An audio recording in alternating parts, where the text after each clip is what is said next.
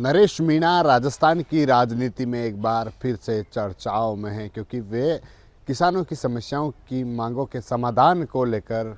12 collectorate में धरने पर बैठ गए हैं और अनिश्चितकालीन धरना है जो नरेश मीणा का देखने को मिल रहा है। आपको बता दें कि राजस्थान की राजनीति में चर्चाओं में नरेश मीणा है जो देखने को मिल रहे हैं। अंतः चुनाव में हार के बाद अब नरेश मीणा का फिर किसानों की मांग को लेकर अनिश्चितकालीन धरना है जो शुरू हो गया है। 12 में नरेश मीणा रात को अचानक वहाँ पर पहुँचते हैं, किसानों की मांगों को लेकर जो समस्या हैं उनके समाधान नहीं होने की बात कहते हैं और वहाँ पर धरने पर बैठ जाते हैं। उनका कहना है कि जब तक किसानों की मांगें हैं जिनका तुरंत समाधान नहीं होगा तब तक वे वहाँ से नहीं हटेंगे और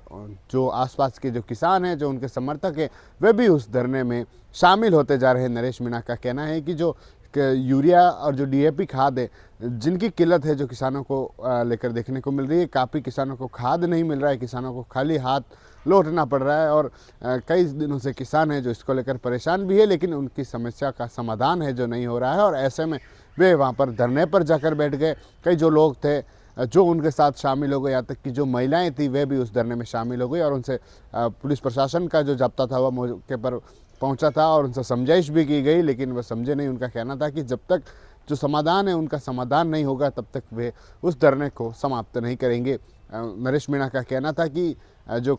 खाद की किल्लत है, किसानों को खाद नहीं मिल रहा है, जो मुआवजा है वह मुआवजा अभी तक नहीं मिला है, जंगली जानवरों से फसलें हैं जो नष्ट हो गई है, किसान परेशान है लेकिन सरकार उस पर ध्यान नहीं दे रही और ऐसी कई सारी मांगें थी जिन मांगों को लेकर जो वहाँ पर प्रदर्शन है जो चल रहा है। अभी भी नरेश मीणा धरने पर बैठे हुए हैं, अनिश्चितकालीन धरना नरेश मीणा का चल रहा है और कई लोग जो उनके साथ बैठे हुए हैं, यहाँ तक कि महिलाएं जो भी साथ ही रात भर धरना था जो चलता रहा। कई महिलाएं जो वहाँ पर उस समय धरने में शामिल रही, गीत भी गा रहे थे, कई अलग अलग नज़ारे उस धरने के रात को देखने को मिले थे और अब भी अनिश्चितकालीन धरने पर नरेश मीणा उनका कहना था कि जब तक किसी किसानों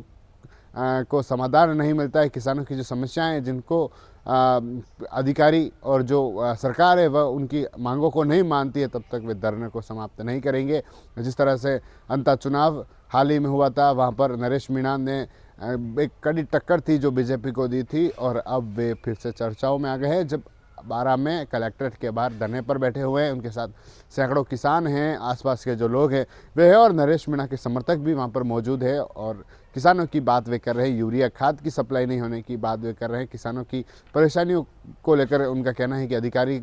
ने उनको और ध्यान नहीं दिया है और अब उनको ये धरना करना पड़ रहा है। जब तक उनकी मांगों का समाधान नहीं होगा वे धरने से नहीं उठेंगे। TV9 के लिए राजेश डांगी।